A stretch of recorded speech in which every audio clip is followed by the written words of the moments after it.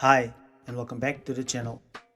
In this video we'll be taking a look at how Barcelona yet again got a scrappy 3 points against Girona by winning 1-0, as Xavi yet again failed to understand that he needs to overlook the midfield, or simply just substitute Sergio Busquets, as this is now a reoccurring problem and it's usually affecting our performances.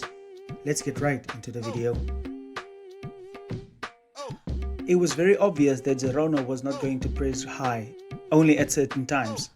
So this was Barcelona's shape in the build-up phase, with Ansu Fati almost drifting like a number 10 to a false 9, Sergio Busquets as your sole double pivot, where he operated alone most of the time, and we actually saw that Xavi was operating very close to Rafinha in the left half space. Together with Jules Koundé, they would operate really narrow in order to drift the whole Girona team to only one side. And this left Rafinha in acres of space on his side where he could actually look to manipulate and get in one-on-one situation. Over here you can see that Sergio Busquets is your lone pivot, which should have been a double pivot or either an inverted fullback. You would also see Ansu Fati in his position as a false 9 operating very closely with Xavi, far away from the centre backs. And here you can also see the back four of FC Barcelona really intact, which is odd because Barcelona usually only want to build up this way. And also Xavi's positioning ensured that the whole Girona was coming over to one side, and that left Rafinha in acres of space. Like over here you can see when Xavi is receiving the ball in this region, or actually drawing them close, the switch to Rafinha could actually be really on. It will either be Xavi who does the switching, or the ball comes from Eric Garcia, who's playing long balls a lot. And then Xavi and Ansu Fati and Ousmane Dembele would make their runs into the box to get at the end of those crosses. Because Sergio Busquets was pressed so hardly by the front two of Girona, he started moving in between the centre backs to create a back three with Ronald Araujo and Eric Garcia, where Frenkie de Jong takes his place. Barcelona's one fullback actually went forward, where Ousmane Dembele would actually take care of the half space. In this picture you can see that Busquets moving backward to create a back three, and you also saw that Frenkie de Jong came a little bit deeper and actually to take his place. Now in this picture you can also see that Barcelona actually moved to a back three with Eric Garcia along with Ronald Araujo and Sergio Busquets. You also saw that Frenkie de Jong was now a lot deeper than he usually would be, and usually he was actually the one taking the space. You also saw Xavi in the half space again to make sure that Eric Garcia can switch the ball over to Rafinha, and here you see the double pivot that was formed for Barca. When Girona looked to put pressure on Sergio Busquets, Xavi had him of course dropped in between the centre backs like previously discussed. But this now created a 3 versus 2 against the front two of Girona, and they had to find a way to counter this. Therefore they pressed with a front 3 trying to block down Sergio Busquets, where they could actually put pressure on either side of the centre backs as well. When they would look to be in the build-up, they would actually press from an angle where the one forward would go onto the centre-back and force them to only go on one side. This was now easier for them to then get the ball off FC Barcelona. Like on the picture here you can see the back three of FC Barcelona, but now Girona actually has a front three where they could actually press. First of all, they would lock down Sergio Busquets in order to create space for the wide centre back. So now Eric Garcia could realistically only pass over to Ronald Araujo in this region over here. This is where you can also see that Barcelona was now being pressed from the side. You can see here that Eric Garcia was being under pressure from the one forward as well. And this is how Girona basically did it.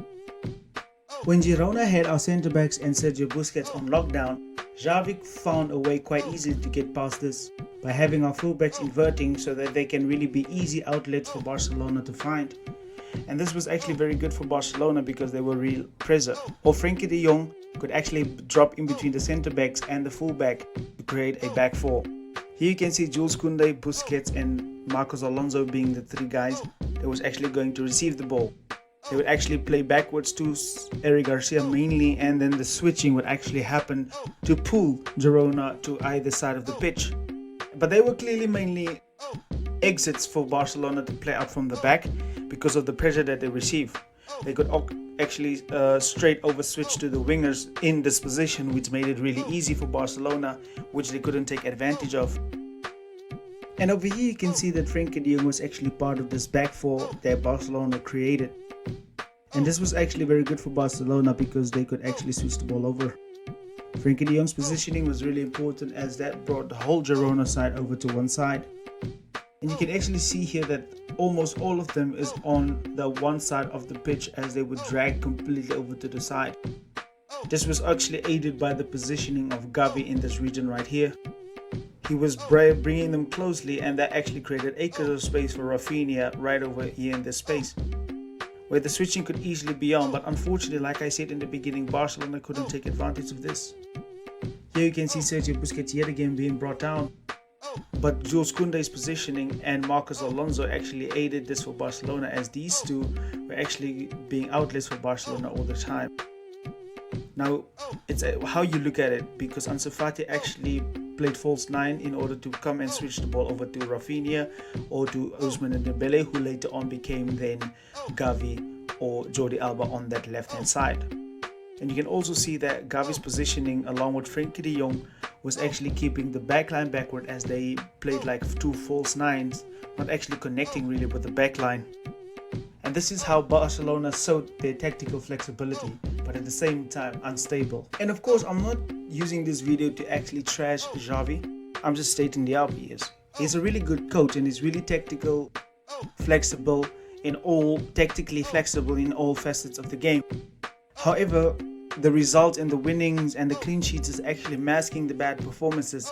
But however, we do want to congratulate Pedri in his 100th game, winning the Copa Trophy and the Golden Ball as well as the Spanish Super Cup and the Copa del Rey. This is a special young man that we have on our hands.